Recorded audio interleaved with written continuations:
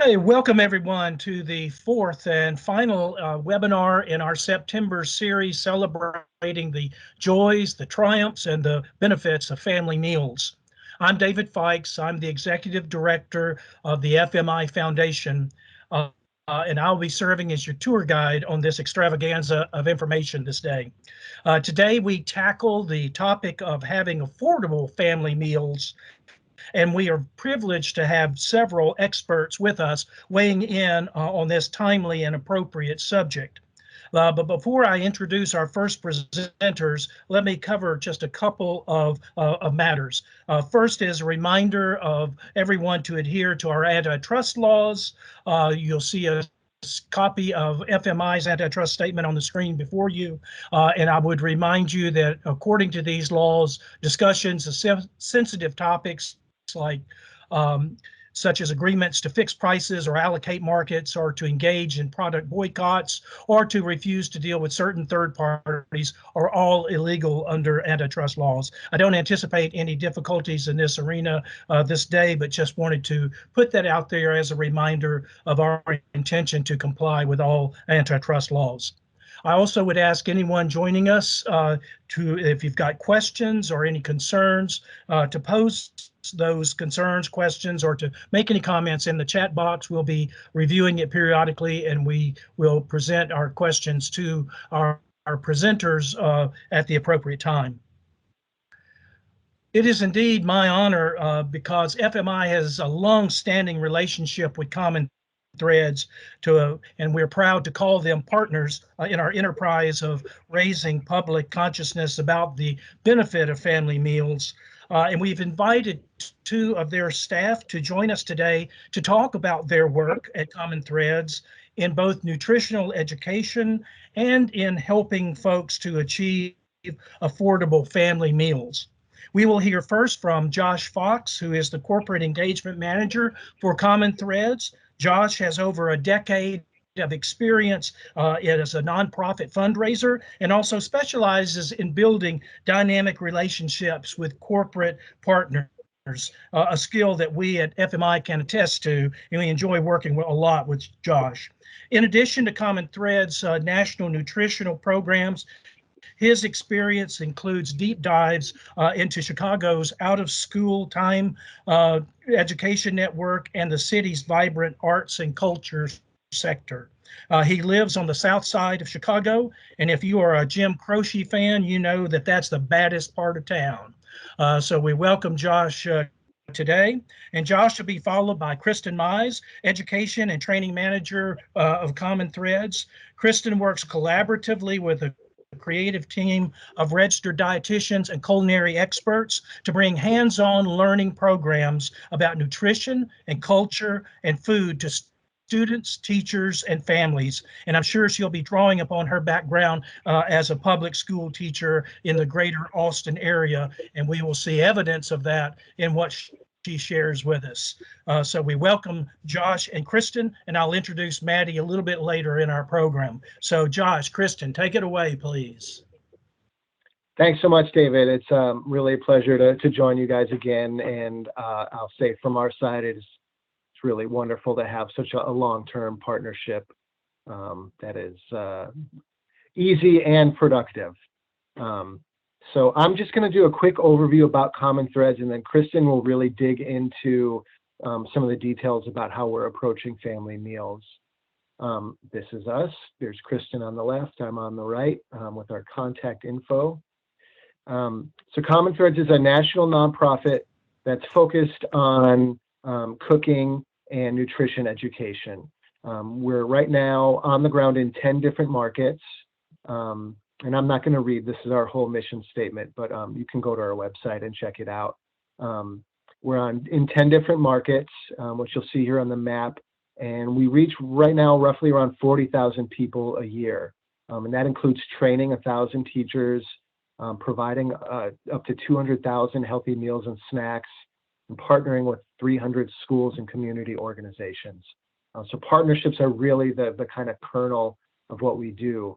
And we're really looking to work in schools where 80% or more of the students qualify for free or reduced lunch.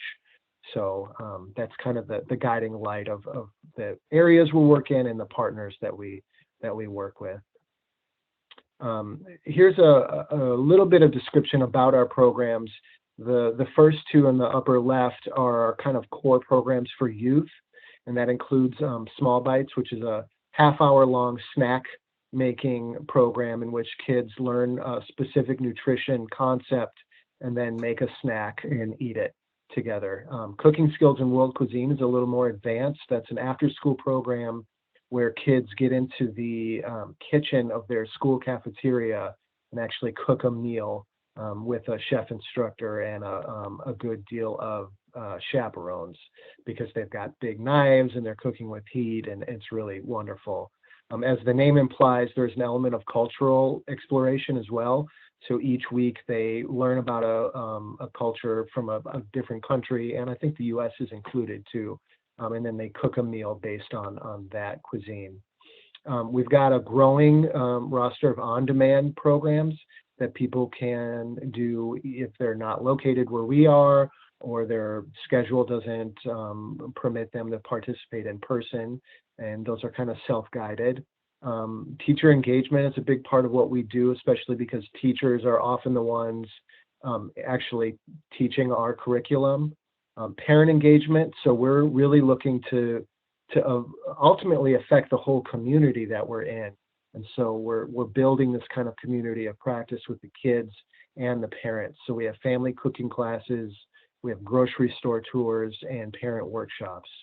And finally, a big part of what we're doing now is working with healthcare organizations to incorporate some of what we know how to do into their programs. This is a part of the growing movement of food as medicine, and just understanding how important the way people eat is to their health. Family Meals Month is something we've been partnering with FMI on for many years now. And essentially, the way that we participate is to identify 4 specific recipes, one for each week of the month. And there's videos, cooking videos, the recipes themselves, and some other ancillary things that go along to expose people to these recipes. And somebody needs to mute their phone. There you go.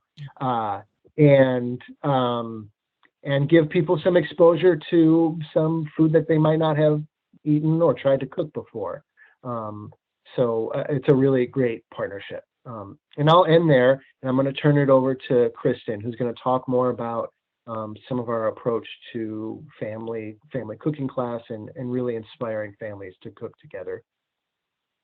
Yeah, thank you, Josh. And thank you all so much for being here today. I'm really excited to share with you all a little bit more about one of my personal favorite programs that we offer at Common Threads, which Josh mentioned is our family cooking class.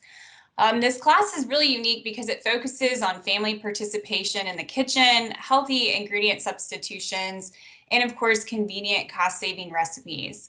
It's important to note that at Common Threads, we know that cooking and eating together feeds the emotional well-being of all family members. And really the goal of this program is to teach families how to cook together and how to incorporate those healthy habits learned in class and then take that with them home.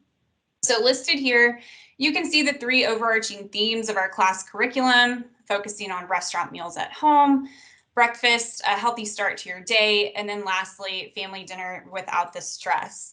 So essentially, our participants engage in this 6 weeks chef-led class that will last about 2 hours each evening. And by the end of the class, our participants have not only gained knowledge and skills to make healthy and affordable meals, but they also form a community with the class participants, because one of the most important principles is that they all sit down and eat together at the end of class. Go to the next slide, Josh. And so one thing that is really consistent in our Common Threads program that I'd really love to touch on today is our food philosophy. We take extreme pride in honoring this philosophy and incorporating it into every avenue of our work. So the main pillars of our philosophy that you see listed here is that we will always make sure to celebrate our family's culture and honor their traditions. You can see that in our programs and our lesson plans, and especially in our recipes. We really focus on utilizing nutrient-dense recipes that focus on incorporating hearty whole grains and powerful proteins, those healthy fats, and of course, colorful fruits and vegetables. Another pillar is cost consideration and access to ingredients. We have to make sure that the recipes are cognizant of those considerations. Next is we want to ensure that our participants feel empowered, and we want to promote self-efficacy through skill building that is created in our classes. And then lastly is supporting and promoting sustainability and seasonality of local ingredients whenever possible. So whether you're viewing our curriculum or if you head on over to our website and look at our recipes, I hope that you can see how these pillars are woven into the work that we do. Next slide. So one thing that I would like to touch on just briefly is a result of COVID was Common Thread's ability to adapt and pivot our portfolio of programs. And really the need here was to meet participants where they were last year, and even continuing into this year, we see the increased demand for virtual learning. And part of our evolution of our programs consisted of making that family cooking class that was really designed for that in-person experience and adapt it for the virtual capacity. And we took it one step further. And while we understood the need to get with chefs in front of students and their families in the virtual space, we also saw a need for on-demand programming. And so we really wanted to innovate and be able to bring more families together to cook at home and make delicious and affordable meals. Next slide. And so I do want to quickly touch basis on our impact. So we know that our programs do have results. Here you can see firsthand of the impact of what family meals and the family cooking class does with our Common Thread students. And so students who participate in our programs show increased nutrition knowledge, vegetable consumption, whole grain consumption, and probably one of the most important to me, which is that they find greater confidence in their ability to speak to others and specifically their family members about healthy eating. Next slide. And so as we go through various forms of collecting feedback, we work with our research and evaluation team to ensure that we can get those results. And so here on the screen, I think I love to say our participants say it best. And here is some anecdotes regarding that virtual cooking class. So we were really unsure if we were still going to be able to capture that same essence of our in-person classroom in the virtual space. And our results did show that. We had overall a lot of our participants were very pleased with the outcome and actually wanted to continue learning in virtual classrooms. Go ahead, Josh.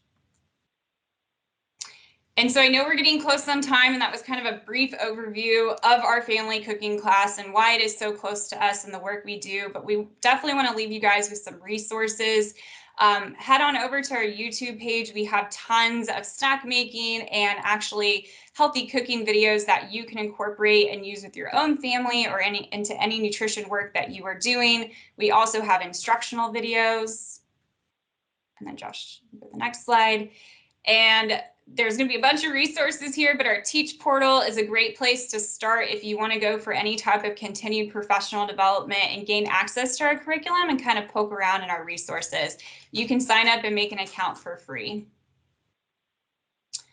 And then last but not least, if you go to our main website at www.commonthreads.org and then hit /recipes, this is where you will see that whole portfolio of recipes. We have videos and pictures and updated nutrition facts label for each recipe, and we make sure that there's a cultural component and a nutrition tip that coincides with every single recipe. We have over 300 available today.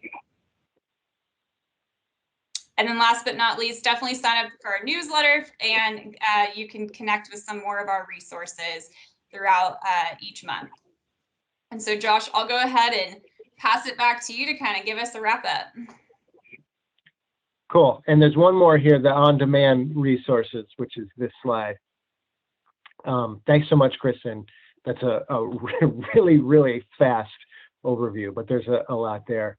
And I'll just close by saying, here's some of our social media tags. If you want to follow us on social media, of course, our website is there. We are always looking for partners to do programs and funders to work with. And I'm the guy to reach out to if you're interested in that. So with that, I'm going to turn it back over to David. Thanks so much, everybody. Kristen, Josh, thank you so much for that wild romp through a ton of resources that I can attest to that are great resources, great outlets for more information, and also some great recipe ideas and such. So thank you so much for being great partners, but also for presenting today. Next up, you're up for a treat as well. I want to introduce you to Madeline Farr.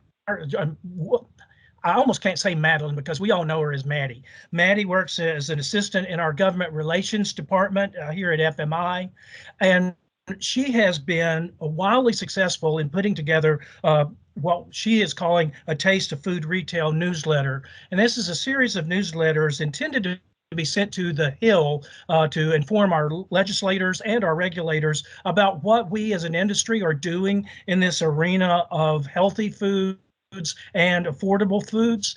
So she's become something of the expert at FMI, looking at all the different resources that FMI has put together and pulling them together in this newsletter. And we thought, well, if she's sending this to the Hill, not only do the legislators and regulators, they need to know this, but our own members need to know what each other is doing. And so we asked Maddie if she wouldn't mind joining us today to talk about and to share some of the insights that she has from having pulled together all these resources from A Taste of Food Retail newsletter. And so, Maddie, with that introduction, take it away, please. Great, thank you, David. Yes, happy to be known as Maddie around here. So yes, as David mentioned, I'll be talking about affordable ways to eat well, specifically highlighting the role of the food industry in supporting consumers to shop, eat, and live well, and by kind of spreading the word to new audiences about these existing and expanding resources available, and kind of telling a story of the grocery industry during the pandemic that many of us can relate to as we all faced very similar challenges. So we wanted to kind of tell this story through a newsletter called A Taste of Food Retail. We asked FMI members from retailers, product suppliers, wholesalers to submit to us any type of resource or programs that they had available to consumers, such as recipes, blogs, health and wellness programs, anything that they could think of that was a resource for healthful, affordable, convenient, nutritious, and delicious meals, recipes, anything, any resource along those lines. And we wanted to showcase that alongside some FMI research and FMI tools. To kind of tell this story, we wanted to do it to an expanded audience, to specifically congressional communication staff, and to do that, we handpicked a collection of specific industry resources and research.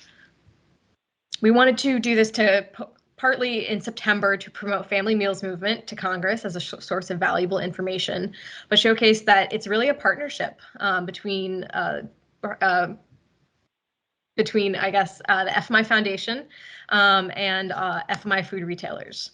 And so we put together 4 newsletters in September, each concentrating on a different theme of affordability, time-saving, convenient recipes, nutrition education, and food as medicine.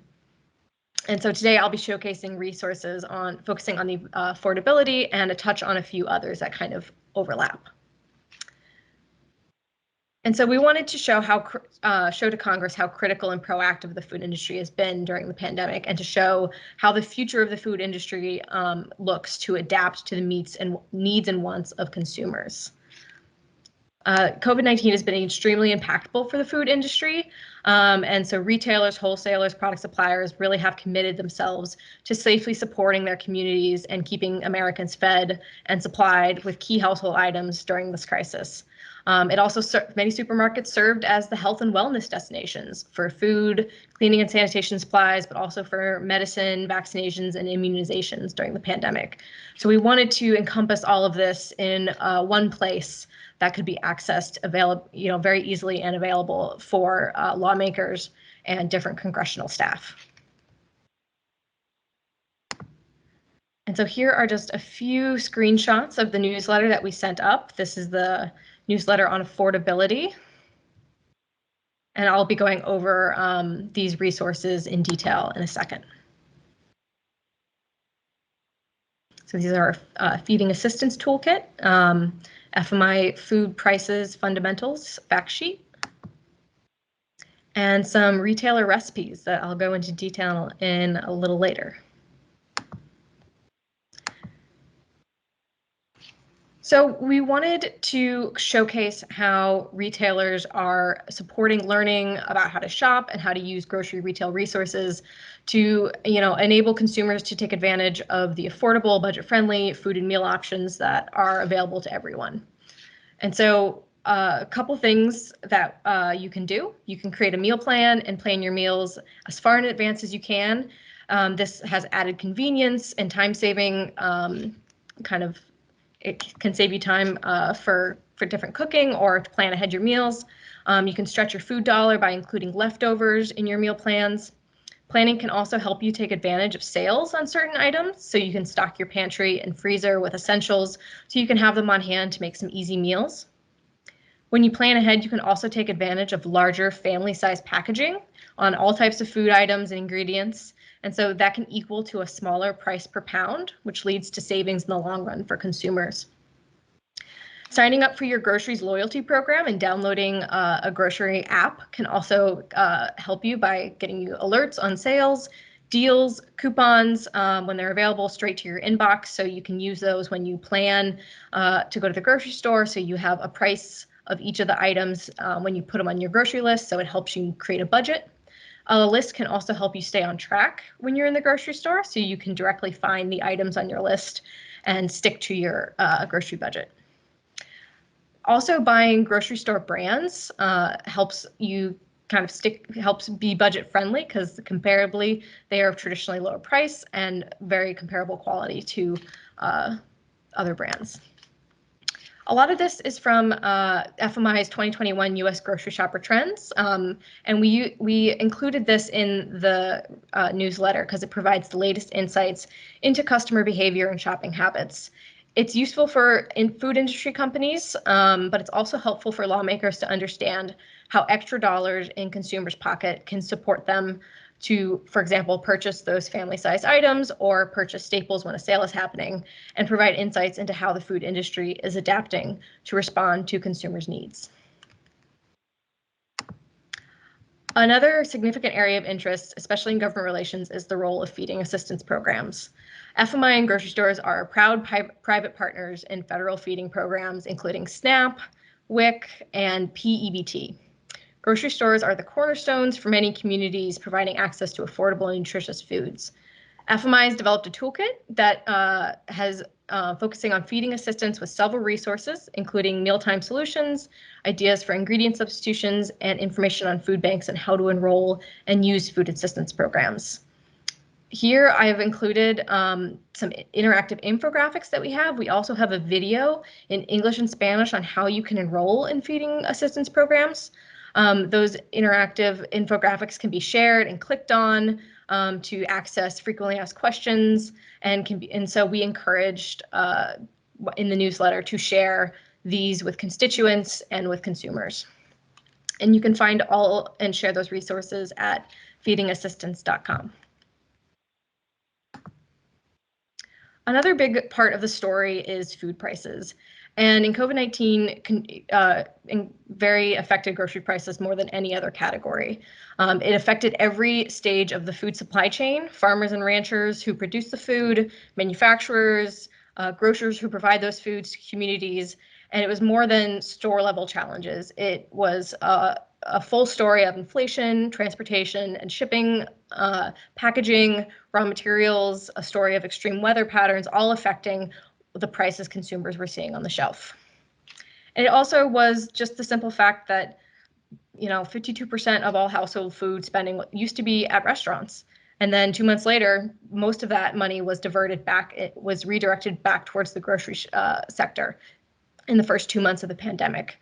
This shocked the food supply chain, and exasperating with both panic buying and stockpiling, food prices inflated 5.6% during that time. We wanted to make sure this fact sheet was included in the conversation about affordability to show what the challenges are behind fluctuating food prices and show how various challenges at different points of the supply chain present difficulties at the store level. And throughout all of this, grocers still wanted to pass savings on to consumers, and grocers were still doing everything possible to avoid passing on those production costs to shoppers. So we included the fact sheet, and you can take a deep dive into food prices at fmi.org/food prices. Here are some of the budget-friendly recipes from food retailers, specifically here that we included in the newsletter. These were from Kroger. So we included these as great lunch ideas, all for $10 or less for 4 servings. The avocado and black bean wraps. So for cost per serving was $2.25. I don't know about you guys, but that's a lot cheaper than a typical lunch if I would buy out. So if I meal prep that ahead of time, that would be very affordable. And it only takes 5 minutes to meal prep. Grilled zucchini and tomato hummus wrap, $2.37 per serving. Meal prep 15 minutes. That sounds very easy and easy grab and go lunch. And a 5-minute fiesta bowl. Cost per serving $2.30 with only 5 minutes of meal prep time. Food product suppliers also contributed lots of recipes. These recipes are from Campbell, and they provide foolproof meal solutions, starting with easy kind of products that are readily available to consumers on grocery store shelves to save time and money when preparing dinner. So this one pot chicken curry, cost per serving $1.86, meal prep time 15 minutes. Some good for you stuffed peppers, $1.92 meal per serving, cost per serving, and 20-minute meal prep time. And some easy chicken shepherd's pie, cost per serving at $2.53, with only 15 minutes of meal prep time. And all these recipes will be available. And last but not least, a few more resources that I wanted to touch on from other newsletters, which show kind of how food retail is delivering resources and support in other convenient and healthful ways. Different healthful meals are supported by prepared foods, as I mentioned earlier. Starting with prepared foods can save you time, and you can plus it up with extra nutrients and extra fruits and vegetables to save time in the kitchen. I've included an example from General Mills Bell Institute, which was included in another one of our newsletters. And also the Power of Food Service at Retail 2021 report. Some of that data was also included in one of our earlier newsletters. And also many retailers offer a range of retail dietitian services, sometimes in conjunction with their retail pharmacy locations or a separate offering. During the pandemic, many of these retailers offered complimentary telenutrition visits with registered dietitians and complimentary sessions to build a personal food plan for consumers. These programs are also one of the ways food industry is helping consumers to make healthful food plans. And I've included here a link to Telenutrition 101 with Kroger, which we included as a resource in one of our other nutrition education newsletters. And so that was a very quick overview of some of our affordability resources that we included in our newsletters. Just touched on a few. If anyone's interested in more, happy to talk with more people offline. But back to you, David. I think you're muted, David. Somebody had to make that error, right? You can't have an official meeting without somebody needing to be reminded that they're on mute. We have time actually for one question. Does anyone have any questions for either Josh, Kristen, or Maddie in regard to the information that they shared? I am not seeing anything popping up in chat quite yet.